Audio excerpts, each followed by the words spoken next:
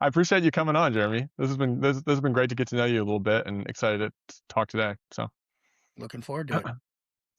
I I was looking at several things in your press kit, and then just doing a little research online, and I want to ask you about Guatemala. You are from Guatemala, or was born there. Maybe that's a little subsection of a bigger question. Maybe just go ahead and introduce yourself to begin with. A brief introduction of where you come from, what's your life story in a nutshell, and maybe what you're up to now in brief, so people can get an idea of who they're talking to. Perfect. Well, my name's Jeremy Swick. I was born in Guatemala City, Guatemala. I was actually put up for adoption pretty much right when I was born. So I don't have much memory of being in Guatemala. However, I was fortunate enough to come to Wisconsin about 6 to 9 months into being born, after being born, where I was adopted by an incredible family, Jerry and Jackie Swick. Shout out the Swicks. They gave me the namesake, my last name. And I think obviously not at the time, you don't realize how transformational that is. But it was one of those really amazing things because there was no secret of me being adopted. My Mm. parents are probably, white as snow sometimes. And it was one of those things. So it was never really something that was kind of kept quiet or anything like that. Instead, it was a lot of those books, and especially nowadays, they have even better books about the idea of adoption and what that really means. But my parents were always very upfront about that, which I think helped me going forward because I was so excited to learn more about Guatemala. Mm, mm, that's awesome. Okay, so yeah, just I guess Do you want me to keep I going? know we've talked a little bit about your school history and early career, but give the audience an idea of how all that transpired for you as you grew up and where you are now. Yeah, so it was one of those things, as I mentioned, being born in Guatemala was one of those really important things and really interesting things about me. And so I always remember growing up going to the Milwaukee Public Museum. And on, I believe, the third floor, they always had this Guatemalan marketplace. And of course, it was the 90s, so it probably wasn't a fully accurate representation. That being said, with the time period, I really did enjoy that. I loved sharing with my classmates about, hey, that's where I'm from. Granted, it was more of a rural village and I was born in a city, but it was still that concept. Well, of course, I kind of shelved that for quite a while. I grew up, and during those times where there was a lot of reading going on, a lot of reading programs in the summer. My parents made me do it honestly, but the thing was, I could pick any kind of book I wanted. It as long as Mm, it had words on it and it wasn't like a picture book or a magazine. They kind of let me do whatever. So I ended up gravitating really heavy towards sports biographies, autobiographies of just some of my favorite players, athletes, and even those I didn't know anything about. Sometimes, I'd love to pick up a book of someone I never heard of and just learn a little bit more. I don't think at the time period I really thought that was going to have much of an effect on me. However, you go a few years into the future. I went to high school. I wasn't a great student. I had a 2.1 GPA. I got into the University of Wisconsin Eau Claire and I started on academic probation, mm, which my friends that met me in college and post college kind of laughed because I ended up doing quite well in school. But it was one of those things I think early on in my education, it wasn't so much that I wasn't challenged. It was so much I only found things I was interested in that mm, I did well in. I really didn't pay attention to unfortunately, the science classes, the math classes, but you put me in a physical education class or you put me in a history class or social studies class, I'm reading every single second of that book or watching every single second of that movie or documentary. So I went to school at Eau Claire. I was undeclared for about the first 2.5, 3 years. And finally, my professor was like, you need to do something with history. You've taken literally almost all of our general history classes. mm, And I think from there, I fell into the classic trope. What are you going to do? Teach. And so I was able to be accepted at the University of Wisconsin Eau Claire's education program. And again, it was one of those really transformative moments in my life because I think it helped me work on those soft people skills, that public speaking. I always tell people you can speak, if you can speak in front of a class of middle schoolers, you can literally talk to anyone. It makes it so much easier to get that because they're the scariest ones out there.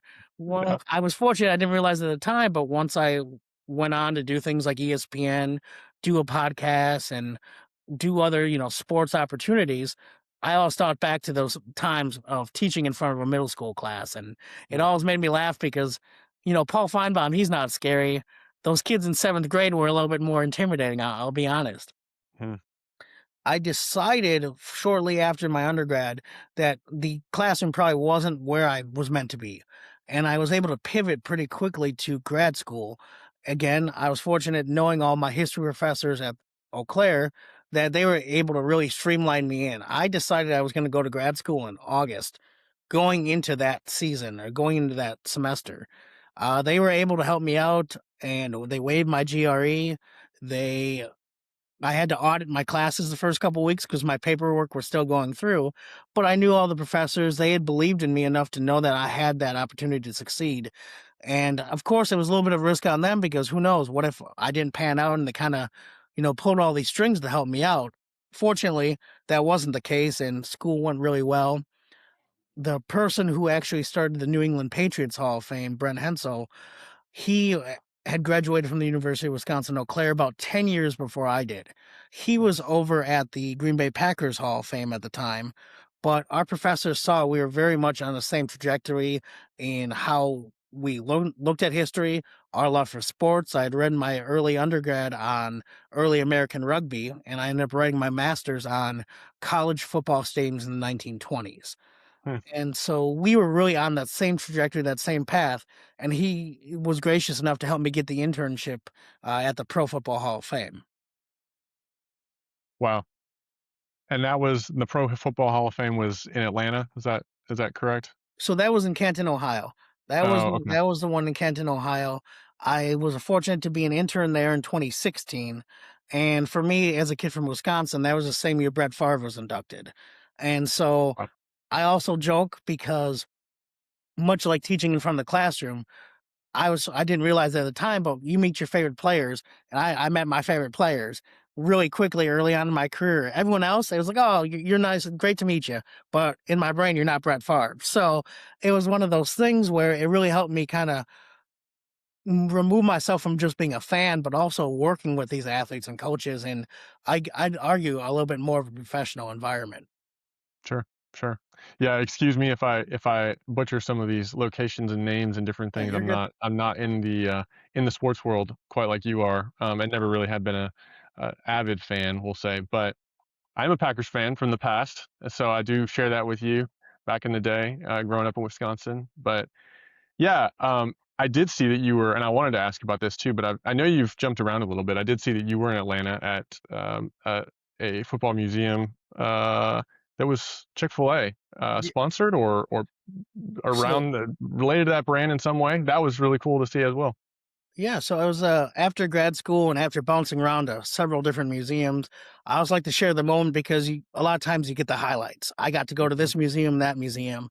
Well, right out of grad school, I had an amazing internship at the H. Bennett Studio in the Wisconsin Dells. It was a historic photography museum, and I got to take pictures with cameras that predated the Civil War, and it was such an incredible experience. I loved every second of it. Unfortunately, the internship ended, and they were actually able to hire me on for another about 3 months. The problem is the funding was pretty much week to week, so I didn't know if I had a job each week. I was living behind in the foreign exchange dorm at the Kalahari, which is a water park up in the Wisconsin Dells, and I was just making the most of it. I had my TV, I think I had my Xbox, and that was about all I came with minus my clothes. We fast forward, the internship ends, I move back home with my folks. I need a job. I need to generate some income. So one of my friends was gracious enough. His dad owns a cleaning company, and I took a position as a management trainer. I think the official title was. It was basically the fact that I was going to be cleaning bathrooms at schools, working second shift. Okay. I did that for several months. It was awful. I mean, I remember like driving home on the home bridge, like boohoo crying because maybe I was wrong. Maybe I shouldn't have gone to grad school. Maybe I shouldn't have got 2 degrees in history. It was Mm, kinda one of those things because I think sometimes those naysayers, and I think often it's people that care about you, they want want to see you succeed. Maybe they were right. Maybe getting 2 degrees in history wasn't the best move. But I decided to push on through that. And I was fortunate to get a job up at the Carver County Historical Society in Waconia, Minnesota. I moved up there, and that was an incredible experience.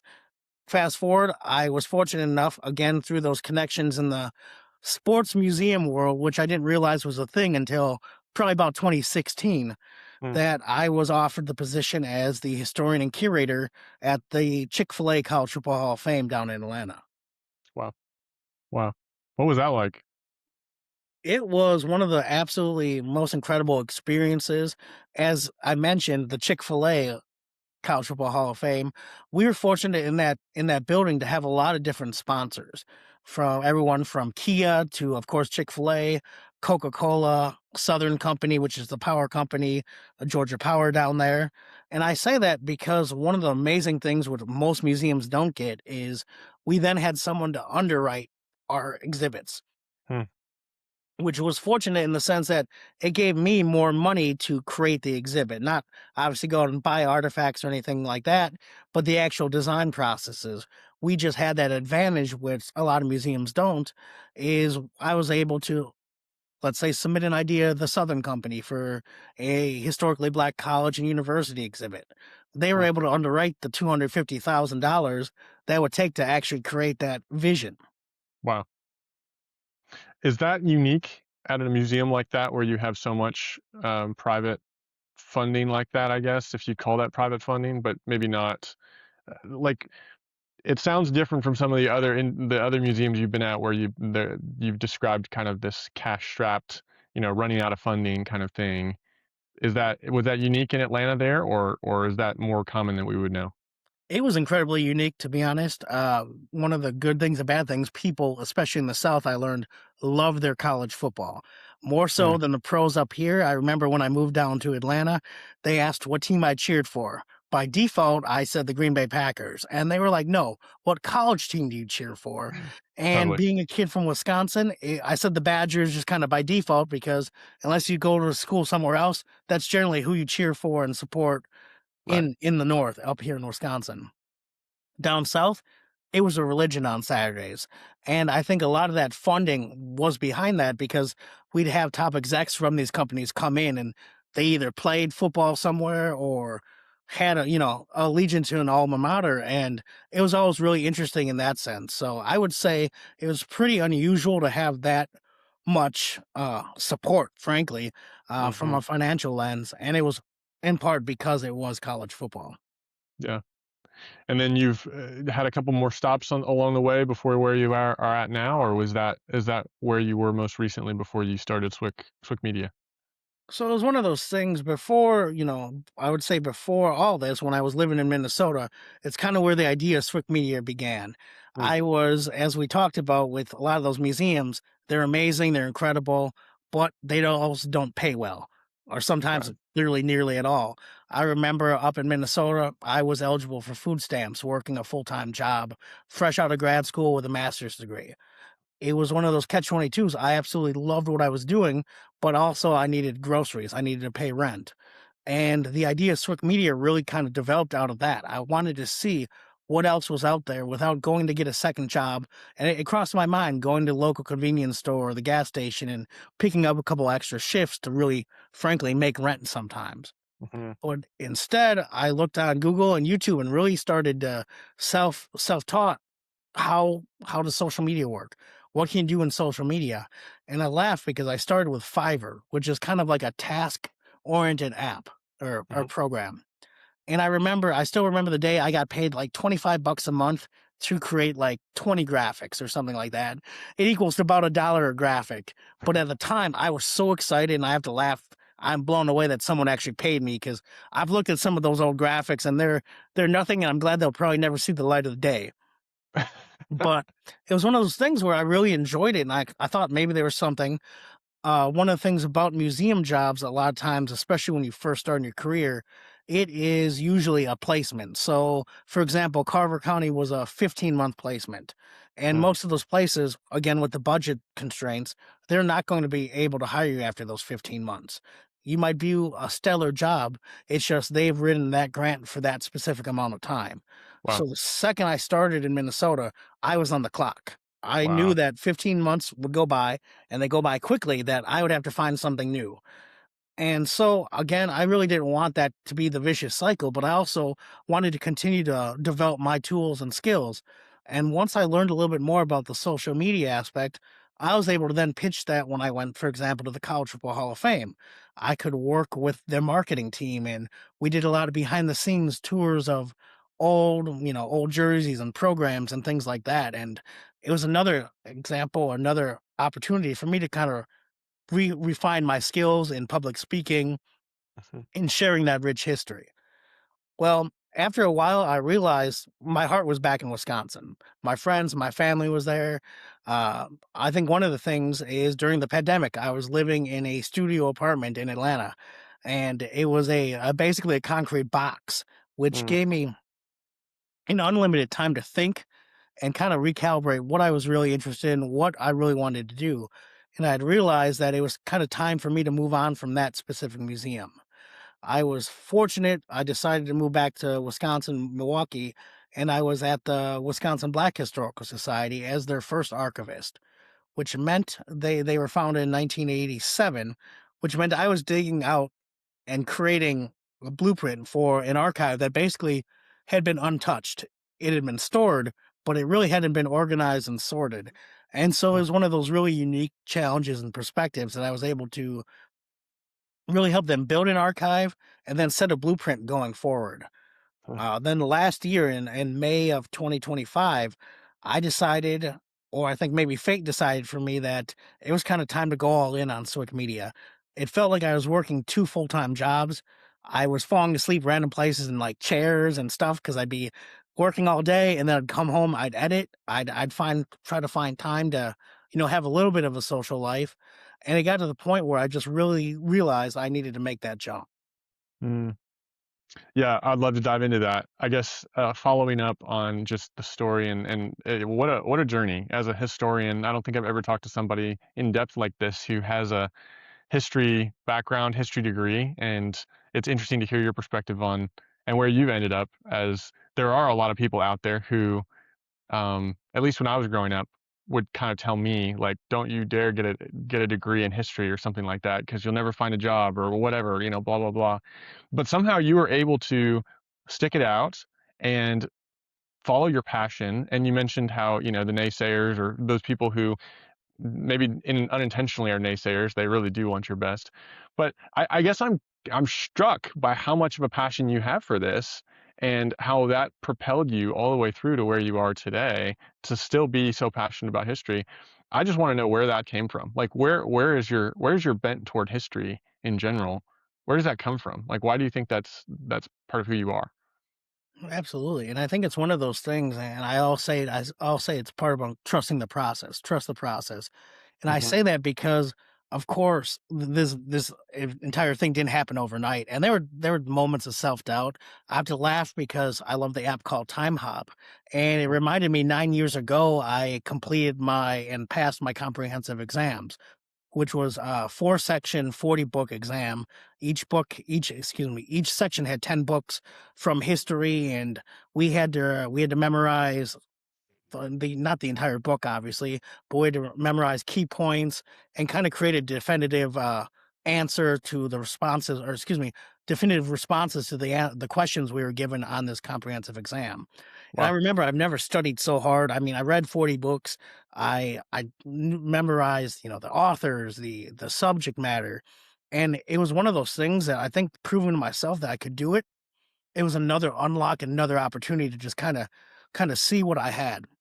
Mm, I also talked about the naysayers, and I do have to laugh because I don't know if I've ever heard any of them talk to me directly, but I think okay. you understand that there are rumblings, and sometimes I think that silence that you don't hear from Right. people you get to hear from all the time. Right. And I was fortunate in at least in my circle, especially in my inner circle, um, people wildly supported me. And Hmm. it was funny because, of course, with the guys, sometimes it might take 3 or 4 beers, but you're at the bar a couple, another hour or so, and they'll lean over like, "Hey, man, it's pretty cool what you're doing, or it's pretty awesome Right. what kind of what transpired and what ended up working for you. But I Mm, think with the history is, as I mentioned, I wasn't a terribly great student in the more rigorous academic sense. sure. But when I found something I liked, I couldn't put it down. I remember back in the day when History Channel was really History Channel. It wasn't so much Storage Wars and Ancient Aliens.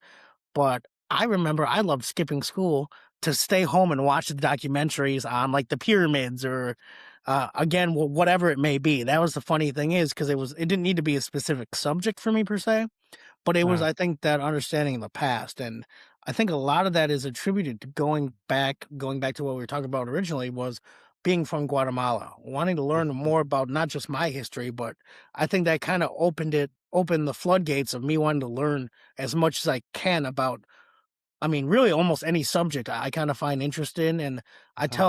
I'm fortunate I speak to a lot of, I would say, budding historians or people interested in the history field. And I'm like, you might not find the museum you're in love with on your first go. I was not a passionate photographer, or excuse me, I was not a passionate, photographic history person. Sure. But when I was at that museum, I mean, I fell in love with learning about the wet plate photography, the process of how you can create those, and it's amazing because as you develop in your career, you kind of learn more and more about each subject, and I'd say enough to be dangerous in almost any situation. But I Uh-huh. think for me, it was that idea that I could continually learn and just continue to just add more to my knowledge, and I think a lot more feeding that curiosity of what's next and the unknown. Yeah. No, that makes sense. That makes sense. Have you gotten to go back to Guatemala? I have not yet. It's Okay. definitely on my list. I would love to do it at some point. So again, without going too much deep in the history of Guatemala, but I do feel it's important. I was born in 1991. In 1954, the CIA and United Fruit Company overthrew a democratically elected leader in 1954. Excuse me, as I mentioned, 1954. I was from a banana republic. In 1960, there was a civil war that was launched, and I was born in year 31 of a 36-year civil war. Wow. And I was fortunate to obviously get out of the country, and among with a lot of us. And so that was 91, and 96, the Civil War ended. And I think as a kid, I always knew that, and it again fed that curiosity of, okay, of course, as a little kid, you don't understand that all this happened in 1954, then 1960, and everything that transpired. But I think it was always that knowledge of wanting to learn a little bit more. But I have not yet been back to Guatemala. It's definitely on my list. And again, I think to feed that curiosity and that hunger to learn more. Yeah. No, that makes sense. That makes sense. That's an incredible story. I would love to dive into entrepreneurship and kind of where you find yourself now on the flip side of having started going out fully on your own. And I'm sure it's all tied into everything that we've said already, but um, do you find that it was a surprise to you that you went out on your own, that you ended up kind of in an entrepreneurial position? Was that what you expected? Or I guess when would you pinpoint as the moment that you realized, man, I think I'm meant to start a business. I think I'm meant to do this for myself. That's a great question. I think there's signs throughout my life. I don't think I truly kind of looked at them as signs at the time. I Sure. remember being in middle school, I would sell gum. I would go get those big packages from Sam's Club, and then I would sell them to kids for like $2 a piece. And I think the box itself cost $8. Nice. And I was always a kid trying to find ways. I remember selling Pokemon cards, sports cards, the shirt off my back if you wanted to buy it. And well, whatever it may be. And I don't think I looked at that as entrepreneurship. I don't think it really was a word. I don't even think I thought of the idea of like a businessman per se, because I didn't really think I'd ever have an interest in business. I didn't go to school for that. I kind of Sure. just accidentally kept doing things I liked. And I think once I started realizing that there were avenues, like, for example, people on Fiverr paying for my terrible graphics, that there was actually something to it. I think that's Yeah. when it started kind of the wheels turn, but I always argue it was like having a gear turn, but it wasn't Sure. greased. So it was very clunky and Mm, very, I wouldn't say top of mind. However, one of the things I did realize was that I might be the world's worst employee. I Mm, realized when I would get jobs, I was instantly trying to dig my tunnel out. mm, Of course, with small, I think my first job was landscaping for cash under the table. But then I worked at places like Walmart and Kmart, and of course, those are real jobs, and I appreciate those who do work those jobs. But I knew right. that instantly was not going to be my path. However, I'd say it really hit me when I was at the College Football Hall of Fame. Mm, I had gotten my quote unquote dream job. I mean, this is everything I'd ever studied, ever looked for. It was literally the perfect job. And I always tell people, I think day two, I realized that, oh my goodness, I'm not going to be here for forever. I, and for example, there's a book, the idea of like 3 feet from gold and things like that. Oh, sorry, The Alchemist is the book I was thinking of, and the mm, idea that you don't realize the journey is kind of the story and the whole thing, where the final destination isn't really the goal. And I think in our yeah. brains, a lot of times we program ourselves to think. I remember, as I mentioned, cleaning the bathrooms at night and at the schools or driving up in blizzards for job opportunities and all of that. I kept kind of focused on what was next, what was next. Okay, if I just keep doing this, I will get to that goal. Well, I got the goal, and I was 25, being named the historian curator at like my dream museum. And I realized pretty quickly then I was like, all right, I need to figure out what's next. And that frankly terrified me. I'd moved down, packed up everything I owned, moved down to the South. And I was like, oh, we need to start figuring out what's next. And I realized pretty quickly there that my next move probably wouldn't be a job, Mm, and I didn't really know what that meant at the time, but I had continued to get clients on SWICKMedia and started kinda on the side. A lot of my friends and coworkers that really knew me knew I was, working kinda 2 jobs at once at the Hall of Fame. And it was, I think, to keep me busy. I didn't really know anyone. I had played rugby down I've been playing rugby the last 17 years, so a lot of that was hanging out with my friends and hanging out with the guys, but in between that, you have a lot of downtime, and I think it helped me really kind of shift perspective on being interested in that business side of, I guess, what we would call entrepreneurship now. totally, totally. So the birth of Swick Media was how many years ago now? Then So that I would because say you the mentioned that was before last year. That was in your college Hall of Fame days. Yes, so I would say I always count it as 2018 is when I started. Okay, I created my little logo and called it Swick Media, and even though it was kinda, trapping off Fiverr for, a good portion of that year, maybe the first year and a half, but it was sure. funny because I started getting a couple regular people on Fiverr, and it Okay, finally got to the point where they take their sum and I get it, everyone gets paid, and it was definitely against the terms of service on Fiverr, but I sent this one guy, Daniel, a graphic saying, "Hey, would love to actually work with just you. Here's my email. Here's my number. Give me a call." We end up setting up a meeting and talking. And it's funny, I still have clients from him today. We still wow. talk pretty regularly, but I realized that it was kind of one of those opportunities where I really needed to take it. But I would say I started really diving into what I would say Swick Media is now in about 2022 when I moved back from Atlanta to Wisconsin. Okay, gotcha. And that was when you were at the Black History Museum. Is that Correct. right? Yes. Okay. So what is it about you, that walks into your dream job and day two says, no, this is like what's going through your mind at that point?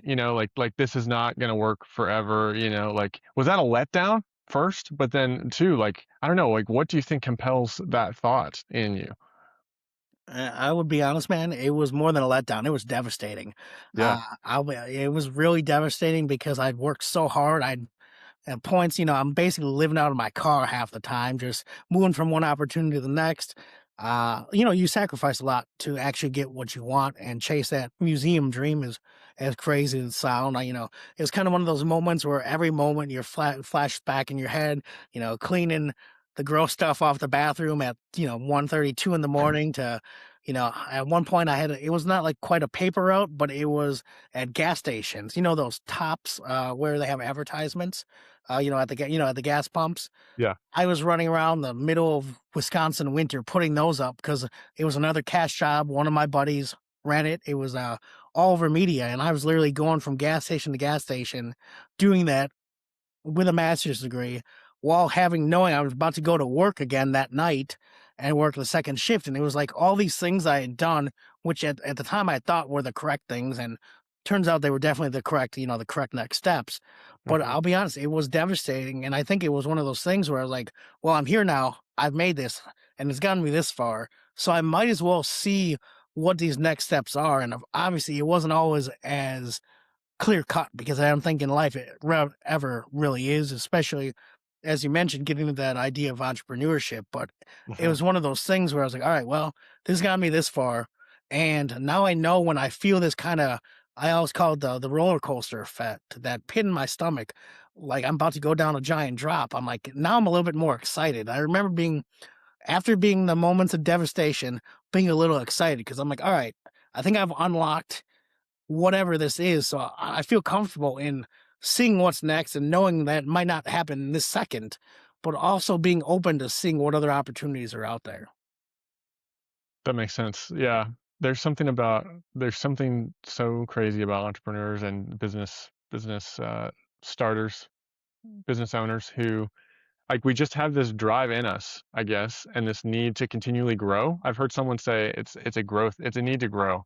And if you reach a place where you can no longer grow, it becomes boring. It becomes not worth it to us anymore on some level. And so I'm always curious to hear people reflect on that and reflect on, yeah, what caused them to take the leap.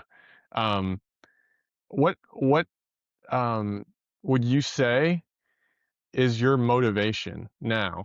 And maybe how's that changed over the years? Like what gets you out of bed in the morning? What's your why, if you will? That's an excellent question. I think to begin, frankly, the why of the entrepreneurship was that I was eligible for food stamps with a full time museum job.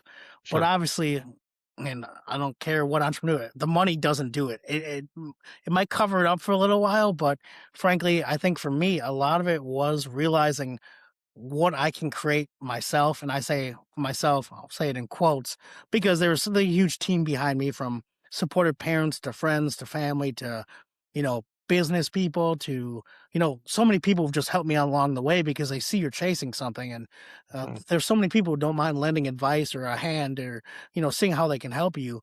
But I think one of my whys now has really become creating that dream life and understanding like of course there's reality, but it's been so nice to have such flexibility and any entrepreneur, sometimes I'm working, 80 hours in a 24-hour period, but there's other times where I have the opportunity to go travel, to work remote. And I've never had a remote job until last year where I was like Mhm. fully remote.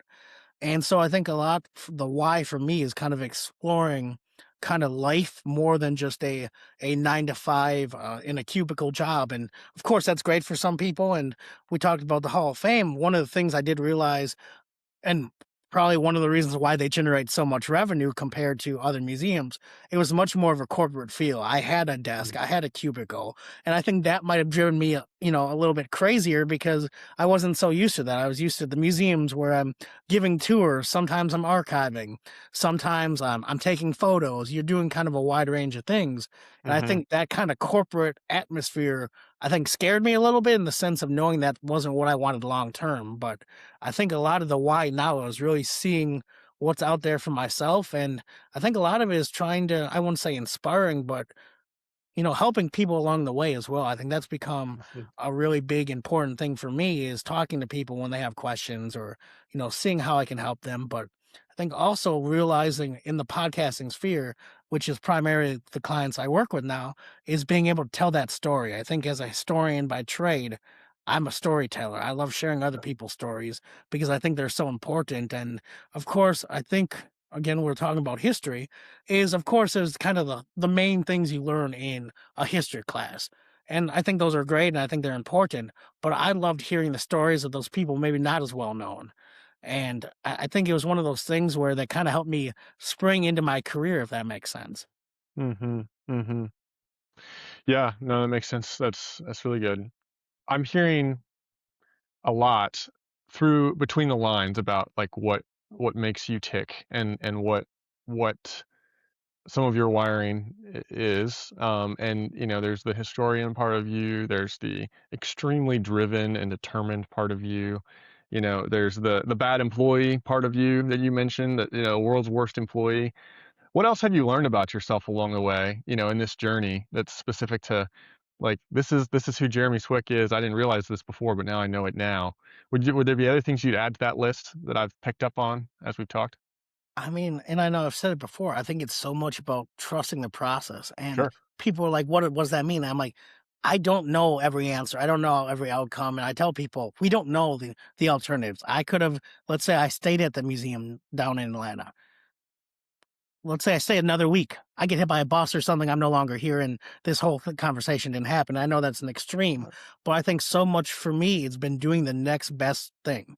And I kind of say that kind of in quotes because you don't really know what the best thing is. I just try to make the most informed, and at this point, make the most informed decision I can and kind of see, pivot if I need to, because obviously not everything comes out completely successful.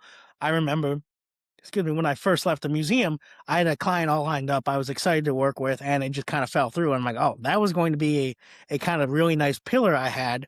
And I was like, okay, well, what's next? What's next? And it's kind of just trying to, make the most of every situation. And I'll say also, having a great support system in my family, and friends and people I've known throughout the years. And I remember telling my folks, and at this time I'm living at home because I had moved back from Atlanta. I was trying to figure out what I was going to do next, knowing I was going to stay in Wisconsin, stay in Milwaukee, because I kind of gotten to the point where I was done moving around. I've lived in like 14 cities and like 4 states in 7, 8 years at that point. Wow. So I was ready to kind of have more of kind of a little bit more grounded, but it was funny because when I finally got up the nerve or courage, I guess, to tell my folks like, "Hey, I'm leaving the museum job and I'm going all in on the SWICKMedia thing," and it made me laugh because they were like, "Well, it's about time. Like we've been waiting for this," and Wow. of course that's a really good feeling. And I kind of, in kind of diving deeper into that, it was a little bit more of, if I would have said that right out of, obviously right out of high school, because I was terrible student. And even I think honestly excuse me, out of undergrad or maybe even grad school, like there wasn't really a track record of success. I just kind of kept doing random things, and some of them worked, especially in high school. They would have been like, "No, go, you're going to get a job. You're Right. not living here." But I think one of the things was having that record of success. Kind of every objective at that point I had looked at, I hit. I hit every mark that I was, striving for. And I think a lot of that was having that record of success in whatever it may be. And I Hmm. remember my mom saying something along the lines, "Oh, you're going to find a way. We're not really sure." And trying to explain social media and what I'm doing sometimes to them gets a little dicey, but I think they're really excited now because obviously it's been working. Hmm. But I think a lot of that was just kind of that feeling of, being excited now. Yeah. Yeah. Wow, yeah, it's pretty crazy, really, to see how you reached the pinnacle and then kind of like jumped off from there into, really climbing a new mountain. Like it's almost like you reached the mountain that you could see, you reached the top of the mountain you could see, and then you jumped and now you're on a separate mountain that's like double the size, right? But it gives you it reaches into the clouds where you can't see. That's the picture that's coming to mind, at least as I'm seeing that. And the proof, for those around you who truly do love you, who are in your corner, I can see how that was an easier jump for them to be like, yeah, this guy he's not going to end up on our couch long term, like that kind of thing for a parent, um or in a basement or whatever it is. But okay, so I mean, I hear also the power of community. I hear that being a sizable influence, a significant influence in your life, the power of those intimate connections that you have, family, friends. What other influences would you say have influenced you, so far in your journey with both Swick Media and your podcast, as a business owner? They could be any number of things, books, peers, consultants, seminars. I always love to pick people's brains and see what they're listening to, what is helpful to them as a business owner. Yeah, absolutely. I think it's one of those things since not really having anyone directly, and I'll shout out my uncle Gary because he had a company, Swick Tech, which is Right. funny because obviously we share the same last name, and I remember him talking about he sees the SWICKMedia thing pop up, and he's like, "Is this one of us? Is this, one of us?" And of course, it ended up being me. But I would say a large amount. I realized pretty quickly even in history, I wasn't an expert. I was, trying to be. I was trying to be a Right. historian, I was trying to be a curator. And there were so many great influences and people to look at in the history field. And so when I started looking at this business, I remember the first several months in between while I was at the Hall of Fame, I had my earbuds in and I've always tried to listen to just music. And my Mhm. brain's like, no, it needs more. And so even when I was in Minnesota, I'm listening to the Gary V audio experience with Gary Vaynerchuk. Yep. And I would say he was definitely one of my North Stars and just kind of stop doing things you don't like. And really just kind of having that business perspective of it's okay to be authentically yourself. It's okay. I remember, there was kind of the notion you had to dress a certain way. You have to be this certain way. And I think he, for me at least, flipped kind of that on the head. And I was really able to just kind of embrace who I was, and I think that created a huge unlock. On the Mm. more professional or personal development, excuse me, Dr. Eric Thomas, who's known as E.T. the Hip Hop Preacher, a lot of what he shared in his podcast, and I've seen him in conferences, and just the way he lived his life or lives his life, I should say, was one of those.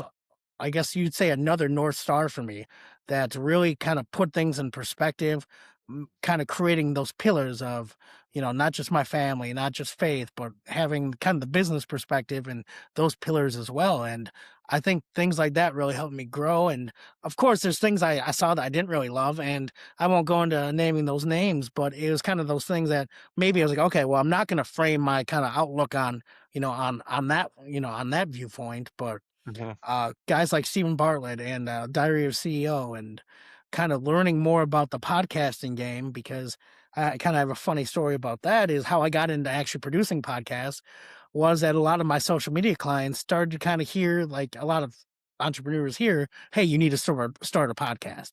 Right. That's about all people tell you. And so one of them asked me if I was able to do that. I said, of course. And I realized at that point, I'll say yes and I'll figure it out later. And so again, going back to when Swick Media first started, a lot of YouTube, a lot of Google, and I was able to fortunately teach myself how to edit podcasts, how to produce them, how to everything from uploading to create. I had already been able to create graphics and reels and things like that. But it got to the point where, while my clients were amazing, I realized that if I really wanted to start expanding, they couldn't just blindly trust me, which a lot of my early clients did. They're just, all right, that sounds good. And I did it because I knew it made sense. Mm. And so what I ended up doing is I decided to launch my own Into the Unknown with Jeremy Swick. And for me, it was honestly a little bit of a test guinea pig of, okay, how well does this work? I know I'm seeing the results from my clients, but for myself, let's see how this works. And I know one of the exercises we all start out with as clients is that I have them like reach out and create a list of their 30 dream guests. And I tell them it has to be your dream guests in your network, in roughly in your kind of sphere of influence. So Mhm. I'm not able to talk to President Obama because I don't know him and I don't know his right hand man. But there's other people, everything from government officials to athletes to you name it, I did have in my sphere. And so I ended Right. up asking 30 of kind of my dream guests. And I had to laugh because all 30 said yes, and that meant I really had to get going with it. And it was one of those fortunate opportunities, but I think a lot of those people, without talking to them directly, was seeing again. I go back to that track record of success. They saw Yeah. me kind of have success in the education field, and then the museum field, and then now this new field. And so a lot of them were very, willing and excited to kind of lend a hand. And for them, a lot of them had never been on podcasts before. So it was a Mhm. really incredible experience. But That's fantastic. Yeah. I mean, just to hear the story of that, super encouraging for me as well, and certainly something I share with you, even as I've started Cook's Table here. This podcast is, yeah, it's just astounding how many people are like so supportive of it, and do genuinely want to be on a podcast. I know you and I have talked about that quite a bit, and I think that's one thing that I wish more people knew. If I were asked the question I'm about to ask you, that'd be one thing that I would say. You know, I wish people knew more about, is that podcasts are genuinely still very, very significant in the marketing ecosphere of a business, and it's a lot easier than you would think if you've got the ability to ask questions, ask curious questions, and have a conversation. But I would be curious to know from your perspective, as a marketing guru now, what what do you wish that more business owners and people in general knew about podcasting? I think for me, it's one of those things I wish more business owners knew how fruitful it is, and not just direct sales, because I think a lot of times we're like, oh, well, I need to sell, sell, sell, which is important. But creating that networking atmosphere is so incredible, and it might not pay dividends right away, but it's been wild to have someone to reach out months later. Hey, remember me, such and such? I was on, and it's funny, a lot of them remember what episode they were on. I was on episode 87 of your podcast, and hey, That's I have this awesome. opportunity to go do this, or do that, or I'd like to connect you with that person. And I think so much of that is something that really can't, you want to calculate the ROI a lot of times.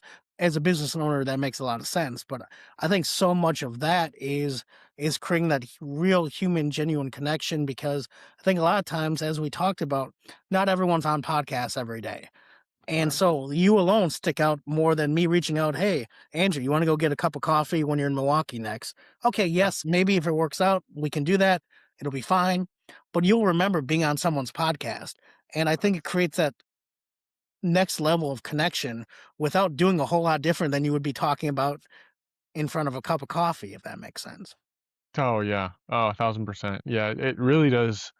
If done the right way, I feel like it truly is a win-win and gives the other person such value, because they get a chance to tell their story and, then obviously some promotion in there as well, depending on how that works. But um, it does seem like there is a large percentage of, well, just a large number of podcasts in the world right now. What do you say when people say, it's just, I don't want to start a podcast. There's just too many of them, and it's just, who will ever listen to mine? Because, like, do you understand how many podcasts are in the world kind of thing? Do people ever talk to you about that? And if so, like, what do you tell them? Oh, Andrew, people talk to me about that all the time. And I say one of the things is, of course, we hear about the biggest names, the Joe Right. Rogans, like those huge names. And of course, though there are places for that. And of course, people start podcasts all the time, but so many of those podcasts, again, you talked about, you mentioned done right. And I'm not saying the way we do it is perfect, but I think a lot of times a lot of podcasts are those shooting stars. They have all that momentum, and then I think people wake up on, episode 3 or 4 and like, "Oh, wait, this is a lot of work. This is going to take more than me just sitting there talking," unless, of course, you can forward an editing team and all that. And one of the things you'll notice if you go through so many lists of podcasts, a lot of them have 1, 2, 3 episodes, 4 episodes, 10 episodes, and they kinda fall off because it's not easy. It Right. is a lot of hard work. It's a lot of dedication like, for example, for you, it's prepping those questions and learning a little bit more about your guests and taking the time to do the research and, continue to learn more. But I think the outcome is so rewarding for those who want to get into podcasting because, again, there are a ton, but you can cut through the noise. And so much of that is cutting through the noise because once you find that topic you're interested in, whether it's a wide variety podcast or maybe it's niche down. I always talk about one of my clients, hers is the sandwich stories, tales from the sandwich generation. And her idea is the fact that she is a mother with a younger child and aging mother. And it's kind of balancing, especially us in that millennial aspect, those are having kids and then our boomer parents, a lot of Hmm. times it's things that they're going to listeners are going to start relating to whether they want to or not. And I think a lot of it is having that depend on your podcast. Sometimes it's a wide ocean. I think a lot of times it's a narrow river and it's a lot deeper because there's so many things that are important to so many people. And I think a lot of times when we're talking about the grand scheme of podcasting, we don't realize how impactful that can be, even if you have one listener or two Yeah. listeners. And I know we were talking, about the show, and when you first get started, it feels like, oh, there's 15 people listening to me. but I can't imagine 15 people in a room listening to me talk or listening to me share those stories. And then you can continue to multiply that as your show grows. I think it's one of those things where, if done right, it's so rewarding. Yeah, yeah. Well, and I'm listening to you say that, and immediately thinking back to Gary Vee too, and even you sharing about him earlier, like how much of his content is centered around like, even if you have 100 views, like imagine 100 people in a room and what that would feel like, and what kind of influence that actually is in this age of such we tend to compare ourselves to the big dogs, and maybe think that that's the only way that success has to look, and it doesn't necessarily. I'm hearing you say that it doesn't necessarily have to be on that scale. It can. I love the image of the ocean versus the river and the depth of the river, and the fact that it can be narrow and it can be deep and it can have a very very deep impact, even if it's a relatively smaller group of people than maybe some others, or whatever. And I'm also hearing how important it is, and again another Gary Vee principle, but just to go all in on what makes you unique, what makes like who you are, um I, given what I just said, and you can reflect and riff on anything that I just said, but I would also love to hear you say talk about being in the top 10% of podcasts, as I know your podcast is now. What factors would you say are most influential in that success? And remind me how long it's been going too. Like how long has it been going? 2023. We Okay. launched about almost 3 years ago. So top 10% in 3 years, or maybe even shorter than that. I don't know how long you've been in the top 10%, but what the heck happened? How does that happen?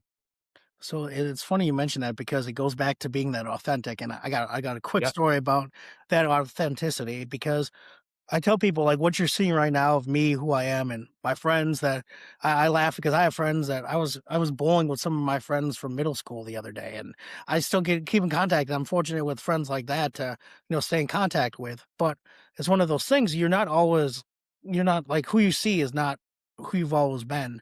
And I have a distinct moment of when I really realized I needed to be authentic. Mm. And I had been at the museum up in Minnesota. I had finally got the opportunity to fly down to Atlanta and interview for this museum, the College Football Hall of Fame. And I kind of realized the night before, it was funny. They knew it from Wisconsin. So they literally sent me to a brewery and they're like, yeah, have some beers on us. Like, just enjoy it. Like, I'm like, cool. I'm like, in my brain, I'm like, and it's still one of my favorite breweries in Atlanta to this day. Shout Wow. out New Realm Brewing on the Beltline. But it was the first time I kind of imagined myself like, oh, I actually might get this.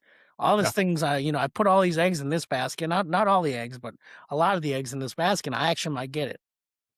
And I remember right before the night before, I'm kind of sitting in my hotel room and I'm like, all right, well, I gotta I have all these prepared answers and all, kind of everything the interviewer you think they want to hear. Right. And I remember getting to this big important interview.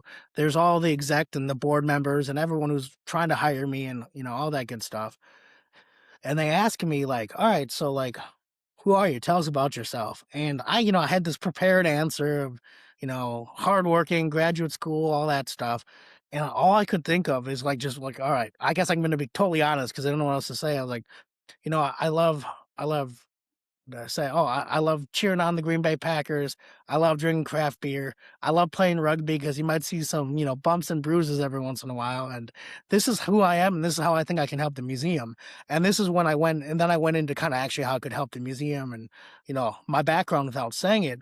But that was for me such a switch because I didn't have to walk on eggshells once I got to the museum. Yes, Right. there's been times where I've been on crutches, I've had black eyes, I've had a messed up nose, I've had it all, and it wasn't really like, oh yeah, rugby happened this weekend, or like, hey, I'm going to the brewery after work. Anyone want to join? And of course, you do have to keep that kind of level of professionalism in that. But I'll be honest, I kind of threw it out the window, and I pretty much was who I was, from that second on. And for me, it was so rewarding and such an unlock that I could just be myself at work. I mean, of course, everyone has a different version of that, but for me, it made it so easy to just be myself that once I really started kind of creating, obviously, my own business going in on it, it made it so easy for the podcast to just have people be comfortable sharing that authentic story. And I think for me, a lot of it was asking those questions, but I always tell people it wasn't a gotcha podcast. You say something that maybe you've never said before out loud, and I kind of get that vibe. I don't mind asking you after we record, hey, that was pretty intense. Do you want me to share that? I don't mind deleting it. And a lot of times Right. for them, it's a lot of getting that off their chest. It's sharing that moment that they've been waiting to share because I think the nice thing about being authentic, it helps other people unlock their authentic self as well. Mm, mm. So you think authenticity would be one of the major factors that has contributed to the success of the podcast? That's what I'm hearing you say. I would say, I mean, I'd say it's probably the only one. Okay. Okay. And I say that just because a lot of times I've been fortunate to talk to athletes and, players and coaches, and we've had diplomats on the show, and I think for me, a lot of it is coming with that spirit of authenticity and showing like, hey, I'm not a fan. I'm actually, interested in learning more about your story. And Right. of course, I think I was fortunate with working at the college and pro halls. I kind of got introduced to a lot of those athletes already. So sometimes now it's kind of oh, they see who's following me, frankly, on Instagram or even LinkedIn, which makes me laugh. And they're like, oh, you're Right. connected to this many NFL guys. So okay, he must be cool.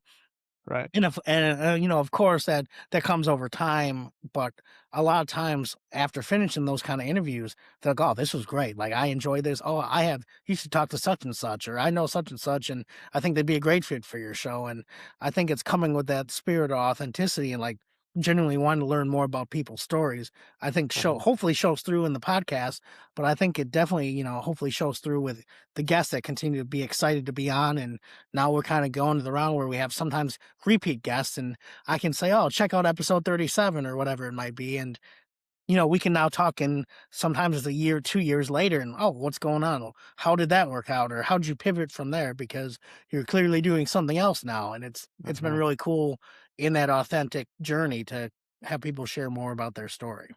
Yeah. I really want to double click on this idea of authenticity actually because I think it's so important and for young entrepreneurs and those out there who may be listening, and it's something that it's near and dear to my heart too, as I think struggled over the years with what that means for me, and I think I'm growing a lot and have grown a lot over the years.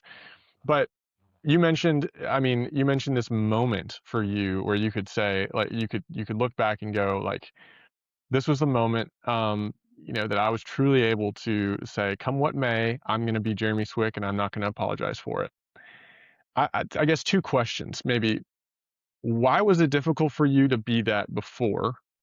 And what was the tipping like, what happened in your mind, I guess, in that moment to say and I know you've spoken to this just in the answer right before a little bit, but, like, what underneath the surface, what was going on there to allow you to other than the fact that you didn't know what to say at the moment. I mean, I heard you say that your mind just went blank or something like that, and you were like, "Well, I got no other option. I just gotta be genuine." But other than that, like, that accidental thing, were there other factors that allowed you to overcome that barrier? Because I just know there's so many people out there listening who have that barrier right now of being authentic, and I just love to hear you reflect on that. So yeah, 2 questions. Why was it hard? And then what happened to kick you over the edge? So I think a lot for me was, as I mentioned, about going from undergrad to grad school and literally like a pivot. I reached out to my advisor. She had me in. I was finishing up last few credits, and that was August of 2015. Mhm. And I talked to her. I'm like, hey, I want to go to grad school. Like here, what can we do? I don't want to move back home because I won't come back to school. I just won't. And she was like, okay, well, we can see what we do. We got to talk to the chair. And I have to laugh because Dr. Lang, she literally rolled her chair down the hall because they heard us talking. And she's like, he's in. We'll figure it out. And I have to laugh because my professors believed in me because I knew all of them. I mean, I'd been there at, 5 and change at that point, 5 years and change. And so like a lot of them, I knew their kids. Like I knew everything about them and I knew pretty much everything about me. And I remember being a little nervous when I started in grad school because I mean, these students were intelligent, like crazy intelligent, history. I'm fortunate in the sense of I give off, people say I give off your favorite social studies teacher vibes more than maybe a true, and I put that in quotes, historian, where it's a little more reserved, a little more, soft spoken, and a little bit more. And obviously, not every historian is like that. But Sure. over my years, I realized many historians and curators and archives, they like their books and their artifacts more than they like people. Yeah. And that's fine and that's great. And that's why we have so many incredible museums and archives and things like that, because people are like that. Mhm. Well, I wasn't, and I realized I was very comfortable there, and I think maybe that was the preamble to being authentic, because I was so comfortable with my professors, like, we knew each other, like, on a first name basis, and I remember walking in there and, being a little nervous those first couple weeks because and she became one of my really good friends, Leah. She was just very intelligent, and I wouldn't say I was intimidated by her per se, but I really respected, the level of intelligence she had, and we ended up becoming great friends. She helped me get my internship at the H. Bennett photography studio. But I think a lot of times with them, it was like these people are so intelligent, and like I felt like I kind of just figured, kind of just fell my way into accidental successes, and I think I had to reframe that a lot. Is just Mm. reminding myself that I kind of belong there. I actually had earned my opportunity there, and it Right. wasn't like a free handout or something given to me. As far as I think not really drawing the blank on that meeting, I think a lot of it was just realizing that I actually might get this, and, like, Sure. I thought would be devastating to me is if I should get this, move to Atlanta, and not really know anyone in states away and just have to like pretend to be someone, because I think so many times we fall into, much like what are you going to do with a history degree teach. I think a lot of times we look at how you're supposed to act or how you're supposed to be. And I think a lot of times it's just so uncomfortable to not be who you are that Mhm. I think that would have spilled out eventually. And I think I just was fortunate or, ignorant enough to just kind of go for it right when I did. That's awesome. Yeah, that's a cool story, and certainly I think will probably resonate with a lot of people, and, yeah, it can be a challenge, when you don't feel like you quite fit in or belong. I hear that coming through, and I've definitely felt that, and I think a lot of other people can feel that too, but it's probably a lot we it's overstated. The feeling is overstated, and oftentimes we probably read into it a whole lot more than there is. So good thing for people to keep in perspective. I wanna end with a few more questions about what you do with SWICKMedia and a couple more marketing questions, because there are business owners out here who are out there going to be listening who are curious about the marketing side of things. And we live in this attention economy. We live in, I'm sure you've heard that term. It's just like it's we're inundated with all of this content, all these voices, all this noise all the time. And it creates quite an opportunity, but also a challenge for marketing people. How do you think what do you tell businesses when they say, "Hey, how do I stand out in this environment?" What are the keys? What are the keys in your mind to doing that? I think one of the things is sharing where you are at this exact moment. So Mm, if you just launched a business and you're not an expert, maybe you're an expert, but you're probably not an expert.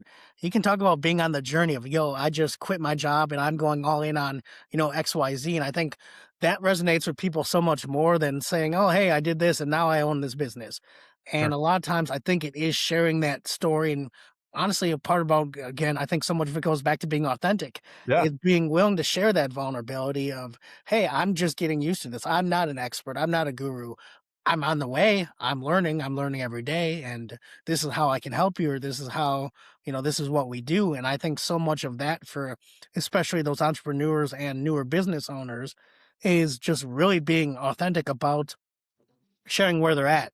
Because I think so many times, and I'm sure you've seen it with, those guys who went into real estate and then went into crypto and then they became sneakerheads and then they became, sports cards experts. And now, I'm sure there was some cannabis experts as well, and they're all kind of the same people, and they all claim to be experts, and that's the wild thing to me. And more so, like, oh, hey, I have this new endeavor. I'm interested in this. I Sure. am doing this more so than proclaiming an expert. And I think it's a balance because I understand the kind of the idea or the notion or the fake it till you make it. But I Yeah. think there's a way to do that that is, respectable, but also authentic. Being like, oh, I'm making it. I'm not doing everything correct. There's many things I would love to change or like would have done it a different way, if that makes sense. Yeah. Yeah, I'm hearing authenticity is the way to go yet again. I mean, it's a really good perspective. Um, what would you say? How would you describe if you were talking to a prospective client? How would you describe exactly what you do at Swick Media? So our goal is to help you share your story. And that can be anywhere from, being a company, being a brand. But a lot of times with the podcast clients we work with, they do really have a story or a message in mind. I always think my business partner Tamika Taylor and her podcast Say More Words. It's the idea that there's so many things that are left unsaid, and it's so funny in working with her over the years. Sometimes I'll say a thing and literally she'll say more words, and then, about the third time she says it, it'll spit out what I actually am meaning or what I'm Wow. actually Yeah. thinking, and, Yeah. she can read me like a book now, but it's funny because I think so much of that is we don't say enough, that we don't share enough about our perspective, whether it's, dealing with mental health or it's dealing with business aspects. I think so Uh-huh. much of that is what I love about Swick Media is we're really keen on having you share that story. And I always tell my clients, hey, any skeletons you might have, we should probably get those out now. I mean, it's only a matter of time before some of those things come out, especially a lot of times if you have that level of success that you dream of, people Right. have. It's one of those things where I think being again honest and vulnerable about what you're working on, what you do, and where we love sharing that story. We love helping, not just individuals but businesses, kind of share their story and what they're working on and doing it in a way that kind of cuts through the noise. Again, a lot of times some of these business, as I mentioned, not everyone's an expert, but some of them are experts. And I love when we can leverage that as well. And Mhm. I always tell people talk about what you know. And if you don't know it, you can say that. You're like, maybe I'm not as familiar with this topic. And I've been fortunate to be a guest on many podcasts. And sometimes I don't have the answer. And I kind of always made it a personal, mission to never, if I don't know, I mean, I'll tell them I don't know. And I think so much of that is again, helping people be comfortable with sharing that part of the business aspect as well. Mm. And it builds trust. I mean, these are the ways that you build trust. I'm hearing. I mean, I hear that coming through loud and clear. In your approach. Um, and I think the other thing that I'm thinking of as you're sharing, Jeremy, is like so much of it. You know, when you say skeletons in the closet and those types of things, like I've heard people say, what do they say? The quote I'm thinking of is like your greatest pain is your greatest platform in a certain way. And some of that authentic part of your story that you maybe think no one wants to hear or you don't want anyone to hear about or whatever, it's like unlocking that may actually be the trigger that propels your future success. And I hear you diving into that and inviting your clients into that. And not to say that everyone has to share their deepest, darkest secrets either. I don't hear that, but I hear an awareness of the reality of our humanity, the reality of our stories that are broken and fractured in different ways, and that are real and that resonate with people, and that can change people's lives more than just resonate. It can actually lead to transformative change on the other side for people listening. And it almost strikes me as like marketing with a counseling twist or marketing with a psychology twist or whatever. Like, how do you react to that? Is that like, do you find that other people are taking your approach with that, or not so much? Well, I think it's beautiful, a beautiful sentiment. And I think so much we going back to the history, the things you learn in school, usually the cookie cutter versions, and it's understandable because what you have a 27-minute period that you learn for a handful of hours a week. But I think Hmm. the beauty of history is it is messy, it is complex. And I Yeah. think a lot of times I took that historical approach into obviously everything I do at this point. Like I have to laugh because I think so much of that is understanding your full history and whether that's your business history or your personal history.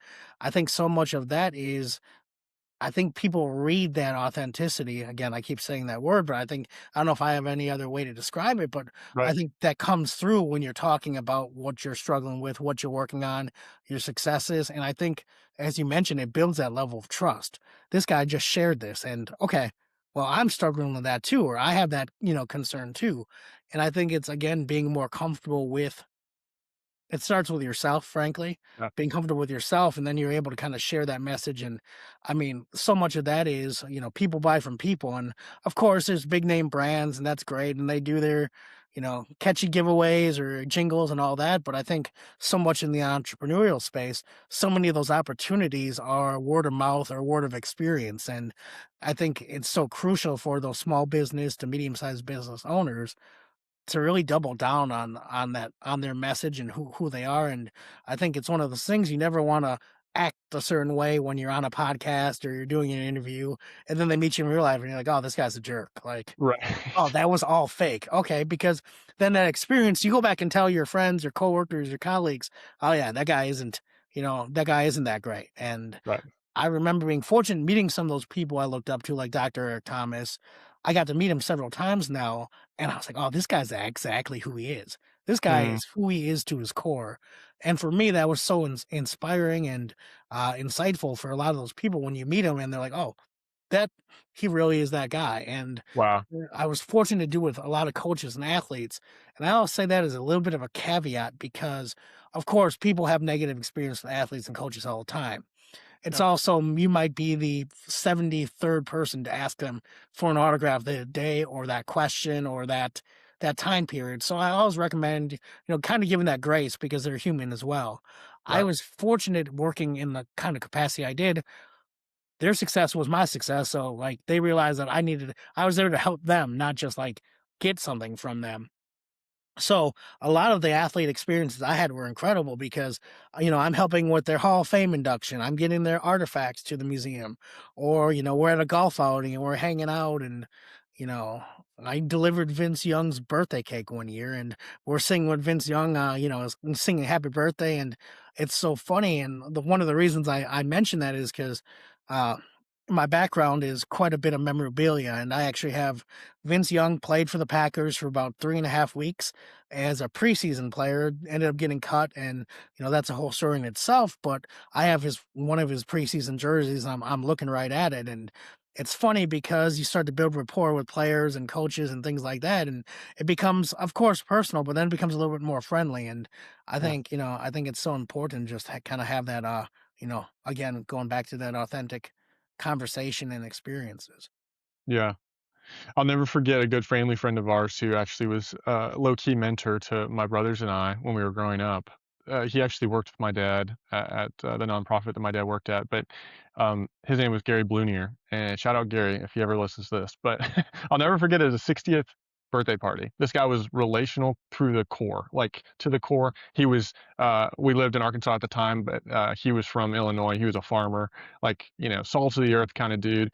And there's this whole room, like almost a ballroom full of people who had been impacted by his life, and his wife gathered for this birthday celebration for him. And it was a surprise. And he walked in and didn't know any of these people were here. And it was just like it was one of these. He was overcome with emotion. Blah blah blah. It was very touching and very inspiring just from that perspective. But then his wife gets up there, and she gives basically a tribute to him as her husband. And what she says, I'll never forget it. She says, "With Gary, what you see is what you get." And I thought, man, if there's anything I want to be in life, I'm not good at that right now as a kid at the time, because I definitely had some masks and, like I think we all do on some level. But I was like, man, that's something to aspire to right there. And that's what I hear you saying too is like, man, that power of being the same in private or with your close circle, or in person as you are, in on the screen or on a podcast or, what have you.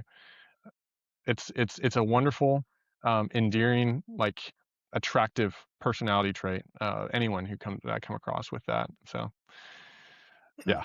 I appreciate you said that because I think there are those masks, and none of us are perfect. There are things you don't share, I don't share.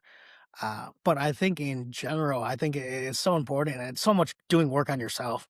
Like Mhm. I can't Mhm. preach that enough because I took years of not doing it. Right. Doing the work on other things, but not on myself. But I think I was fortunate in the sense of, as I mentioned, moving into so many cities, and you have friends in some of them, and some you don't. Some had rugby teams, some didn't.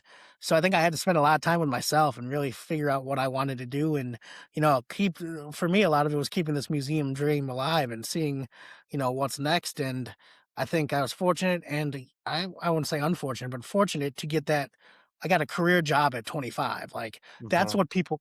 excuse me, that's what people strive for in their 30s and 40s is getting Right. that curator position. And I got it at 25, which I think jumped my timeline of, what's next because I laugh. I could have done that till I retired in what, 60, in my 60s or 70s. And I think Uh-huh. most people in the sports field or in kind of outside looking in wouldn't have questioned it. I was fortunate. I went to national championships. I got to go to a ton of bowl games, meet my favorite players and coaches, and kind of have an incredible experience.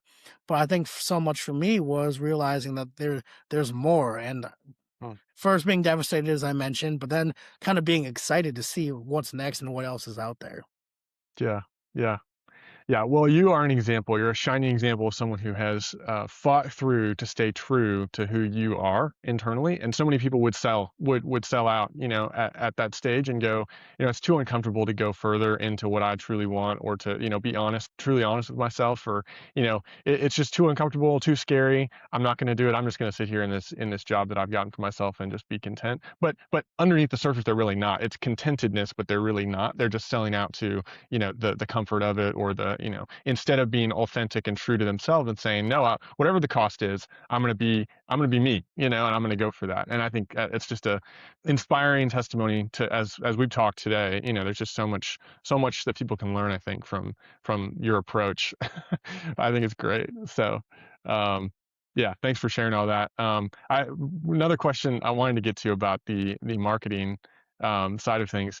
AI is obviously a big concern, a big concern, big opportunity. Um, with Swick Media and with all the stuff that you do for clients, what's your take on AI, and what role should it have in what you do? And then I guess maybe on top of that, like, do you have a sense for where we'll end up in 5 to 10 years in your industry, in marketing and podcasting and all these things? First of all, I'd say I love AI. I know that might be somewhat of a controversial topic, but what I love using it for is literally my thinking partner. Yeah. I'm asking it questions based on research of what it's seeing, what's going on, and a lot of times I think businesses can use it. Obviously, if you do financials, I wouldn't recommend maybe doing that. Use your actual programs. But I think for me, a lot of times it's seeing those trends. It's kind of creating that brand voice because I might not sound exactly like you, but I can create content and I can create captions that sound very much like you in the sense of it's not having you sit there and write everything. We can start, and a lot of times we start with a blueprint of what's important to you. Is that an authentic voice? Maybe are you more sarcastic? Maybe you really like to sound like Gary Vee. It's kind of finding ways to use AI to create kind of your own narrative, your own brand voice, because Right. I think sometimes we don't really know what our brand voice is. And I think sometimes also the fact that it doesn't have to be a cookie cutter. Oh, here, I sell a home. This is what it is. Maybe you want to be more educational. Maybe you want to be more insightful. I love it in that sense. And I think a lot of things is, or excuse me, a lot of it is learning, learning this technology as you go, learning Hmm. that it's here to stay. We're not putting it back in Pandora's box. And so Right. I think ignoring it is never a really good option. But for example, a lot of times it's using those reels and those clips. A lot of that can be done with AI. Of course, you can. I always have key moments in the podcast I mark down because I know it's going to be impactful because there's that human touch, which I think is still imperative. But a lot of the mundane tasks of that can be supplemented and give you more options and more opportunity to work on something else that you do enjoy. But Hmm. I really do like it in that sense, and I think it is where it's going. That being said, there's always those limits. You can tell when a podcast is just nothing but AI garbage, and it doesn't make any sense. The cuts are weird, and you're Right. just like, well, yes, I get you used AI and it took you 2 seconds, but maybe spend like 2 more minutes moving the clip so our heads aren't cut off, or you know, very easy words aren't spelt wrong and I'm just thinking the reels, but I Yeah. think so much of it can be utilized as a thinking partner, as kind of a partner to help you continue to grow. And I think a lot of times it's supplementing maybe, you trying to spend another hour writing your show notes. You Yep. can take a lot of what, and we talked about, before, I take a lot of what I've done for the podcast into a Google form. So I can then lay it and drop it into my show notes. and I Uh-huh. have a great person, Olivia, who helps me with that because it's one of those things for myself, I don't enjoy it so much. So, I let her kind of handle that because sometimes I think we know the story so well about our interviews that I don't Right. mind giving the reins to someone else in that case. Yeah, no, that makes sense. That's a interesting approach because and I think it's good. I've heard both. I've heard people say like AI in creativity AI is, we want to avoid it because we still want our creativity to be human centric, and I respect that position. But then I also respect the position of like for certain tasks and for, not everything, but for a lot of things it can be very, very helpful, and it should be incorporated because we are not going to get rid of it. I've still personally, I would say, struggled with using it to write for me because I'm afraid that I'll lose that skill. Do you ever get afraid that you're going to lose the ability to write because or communicate in some way because AI is going to do it for you?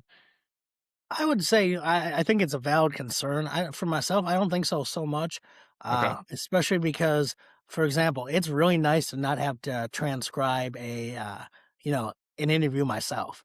Right. And, Right. a lot of that is helpful in the sense of now I can find key moments we talked about. And Uh-huh. I think it's one of those things where I think I see it. I'll be honest, I see it both ways in the sense that, I feel like you're losing that creativity or that writing skill. But I think at least the way I use it, it just helps me save so much time. Yep. I remember one of my projects when I was, I think, in maybe undergrad, maybe grad school. I had to do an oral history interview, and it's funny because those are kind of like my first podcasts, Oh, if really? if you will, because you're interviewing someone, and I don't really know. We called it an oral history interview because history. Right. Uh, it was literally a podcast, and part of it, we did the recording. I don't think we had video at that point, or we didn't use video, so it was literally like one of those handheld recorders because I don't even think our phones were quite there yet to record legibly. But Uh-huh. then I had to go and I just had to go then transcribe the entire, 45-hour minute or hour interview, Whew. and Yeah. it was so tedious. Yep. And in my brain, I remember because was probably 21, 22 at the time. I'm like, there has to be an easier way. And so it's funny when kind of full circle moment when this AI, I mean, you download the transcript from, whatever program you're using. Yep. It saves 3, 4 hours sometimes, Oh, yeah. depending on how long you know, your transcript is. And so I think things like that are great. And of course, there's the fear of losing that you know, kind of that writing ability, but I think so much of it is, kind of having that balance.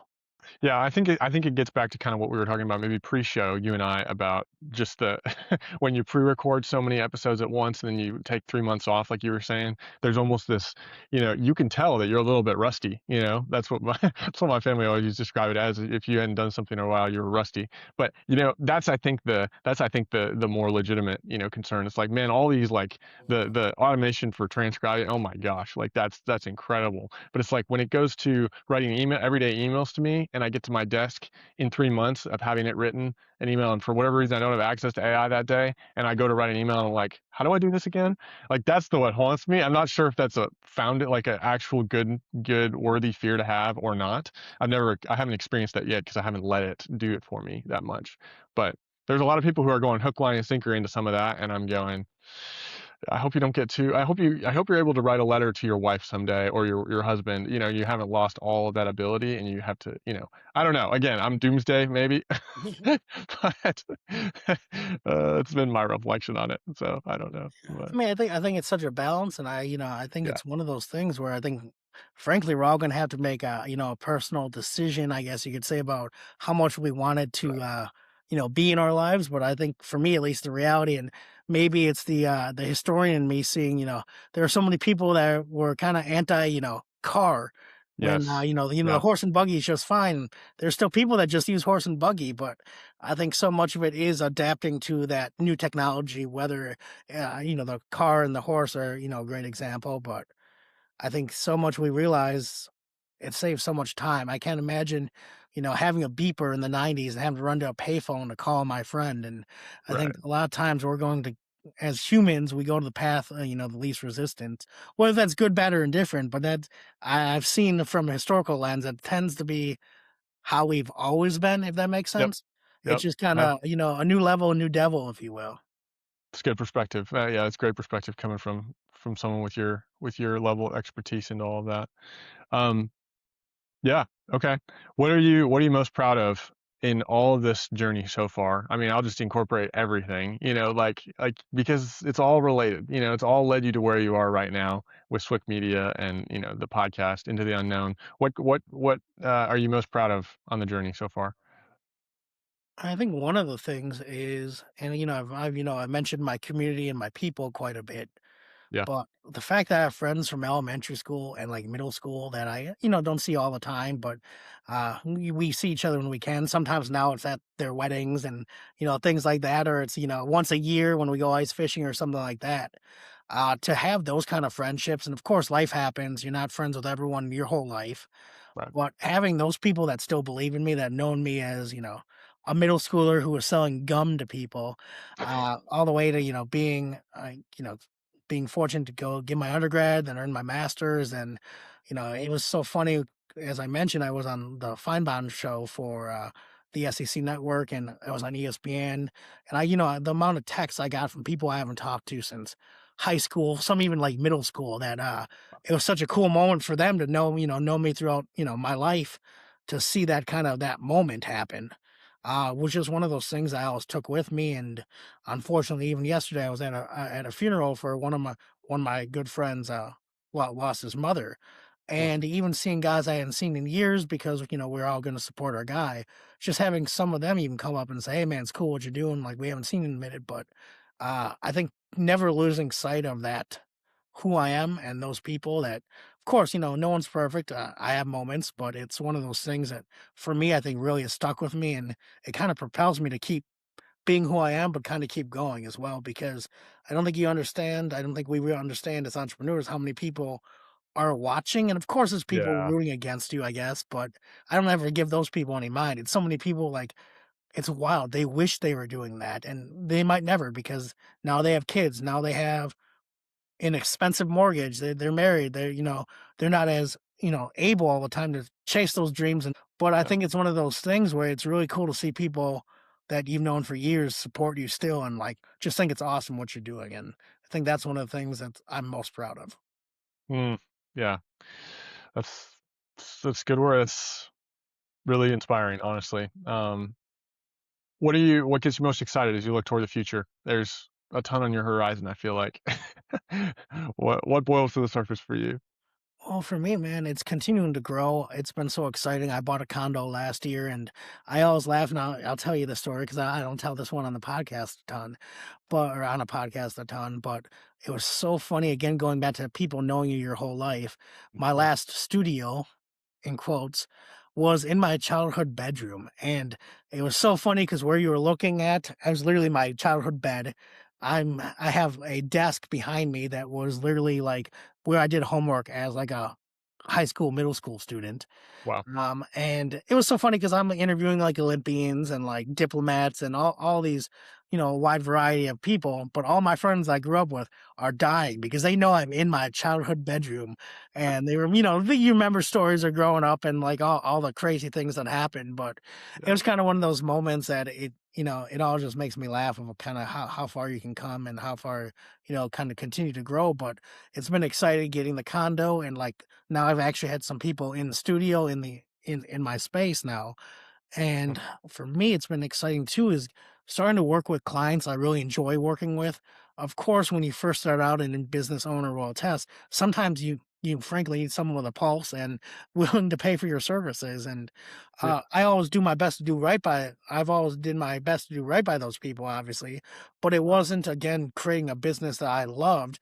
I didn't want it to be someone I dread being around. And, not every client's been like that at all. But it's one of those things where I've really now had the opportunity to start kind of, again, choosing your own adventure, choosing who you want to work with. And I was Mhm. fortunate in the sense I had a higher level person reach out and wanted to work with me. And I kind of realized it wouldn't been a right fit. And years ago, I would have said yes. I would have been miserable till either I let them go, which I probably wouldn't have, or they would have let me go because there wasn't a great cohesion. But I think Mhm. now I'm comfortable and able, again, kind of going back to that authentic self, is, oh, we'd be a great fit, or oh, we probably wouldn't be a great fit, but I know such and such. Maybe they can, work with you. And so Mhm. I think I'm really excited to see where this thing grows, and almost having a next month will be a full year under my belt of completely by myself. I haven't starved. I bought a condo, so it's all working, and I think that's one of those encouraging and exciting things. That's fantastic. Wow. Well, I'm excited to follow the journey with you, and I'm so inspired by your story and even the way you've been an encouragement to me as someone who's even on the a little bit behind you on this journey, especially in the podcast world. And um, it's certainly been a pleasure and a joy to get to know you even better today on this episode. So, thank you, and I look forward to doing this again, hopefully, and staying up on things. We'll do a episode 2.0 at some point with Jeremy Swick, and yeah, let's do it again for sure. So, Andrew, I want to say thank you again so much for having me. It's really cool to see what you're doing as well. The way we're connected is actually my uncle Gary. yeah, And, of course, I always appreciate family reaching out. And you never know. Sometimes it's the goodwill, just, go talk to someone else. Of course I will. But I could tell really from our first conversation is how interested and passionate you were about this. And I think we had a 30-minute meeting scheduled. And I think we went like almost 2 hours just right, like riffing off each other, because I think there's so many things we see as podcaster and as business owners, especially on different, I wouldn't say, different parts of the journey, not ahead or behind, but just different parts of the journey. yep, It's so great to kind of see perspectives from both sides. Oh, I'm doing this, you think about doing this. Or I even laugh, it's very simple things that you never think of, from release forms to like having a right, Google form to save yourself a headache. And it's yep. really cool to see someone on that step of the journey. And I wish you continued success, and I'm looking forward to it. Thank you. Yeah. Well, as a little plug, I guess I'll be appearing on your podcast before too long as well. We've got that on the calendar. So for those who care to listen, uh, we'll have the roles reversed that day in a couple weeks. So anyway, until next time, Jeremy. Appreciate you. Thank you.